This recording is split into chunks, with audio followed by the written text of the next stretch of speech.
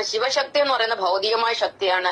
ഭൗതികതയിലാണ് ശിവശക്തി ഇരിക്കുന്നത്, ലിംഗത്തിന്റെ ശക്തിയാണ്. അപ്പൊ ഈ ശക്തി എന്ന് പറയുന്നത് അത് എന്താ പറയുന്ന അധർമ്മത്തിന്റെ ശക്തിയാണ്.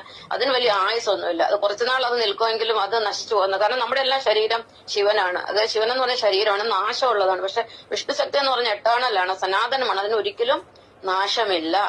അപ്പൊ ചുരുക്കി പറഞ്ഞ അങ്ങനെ ഒരു അവസരം എന്താ പറയുന്നത്, ഇങ്ങനെ ശ്രീരാമചന്ദ്രന് ഈ രാമരാവണ യുദ്ധം കഴിഞ്ഞതിന് ശേഷം വിഭീഷണ ഒരു അവസരം ഉണ്ടായി കൊടുത്തു. അദ്ദേഹം ശ്രീലങ്കയുടെ രാജാവായി തീർന്നു.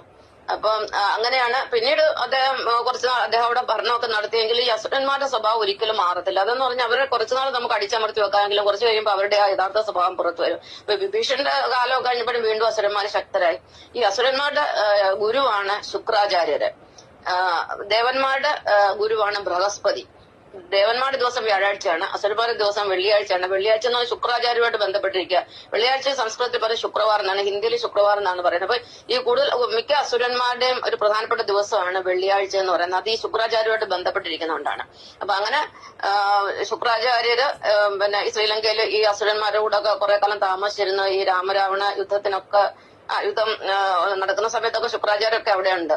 അതിനുശേഷം ഈ ശൂർപ്പണ ഈ യുദ്ധം നടക്കുന്നതിന് മുമ്പ്, അതായത് ശ്രീരാമചന്ദ്രൻ വനവാസം നടത്തിരുന്ന സമയത്താണല്ലോ ശൂർപ്പണക വന്നിട്ട് ശ്രീരാമചന്ദ്രനോട് വിവാഹാഭ്യർത്ഥന നടത്തുന്നു.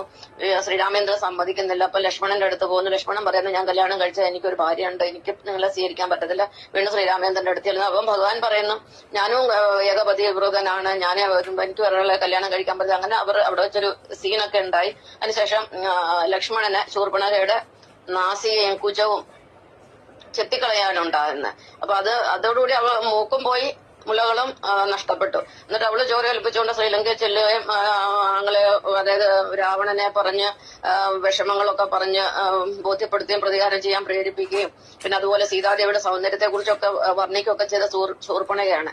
അതിനുശേഷം അങ്ങനെ ഈ സീതാദേവിയിൽ ആസക്തി പൂണ്ട രാവണനാണ് പിന്നീട് സീതയെ തട്ടിക്കൊണ്ടുവരുന്നത്. ഞാനിത് കൂടുതൽ പറയുന്നില്ല. ഇനി കുറച്ച് കാര്യങ്ങൾ, ഒന്ന് രണ്ട് കാര്യങ്ങൾ പറഞ്ഞിട്ട് ഞാൻ ഈ വീഡിയോ നിർത്താൻ പോവുകയാണ്.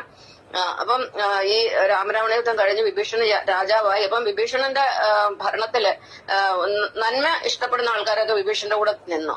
അതായത് നല്ലവരൊക്കെയാണ് വിഭീഷണനെ സപ്പോർട്ട് ചെയ്തത്, നല്ലവരല്ലാത്തവർക്ക് അവിടെ നിൽക്കാൻ ബുദ്ധിമുട്ടായി. അങ്ങനെ കുറെ അസുരന്മാർ അവിടുന്ന് പലായനം ചെയ്യുകയാണ്. അന്ന് ഈ സൗദി അറേബ്യ എന്നൊക്കെ പറയുന്നതൊക്കെ അന്ന് പിന്നെ ശ്രീലങ്കയുടെ അന്ന് അത്ര വലിയ സമുദ്രവും കാര്യങ്ങളും ഒത്തിരി വീതിയേറിയ സമുദ്രമൊന്നും അല്ല, മടലാരണ്യമായിട്ടൊക്കെ കിടക്കുന്ന സ്ഥലമാണ്.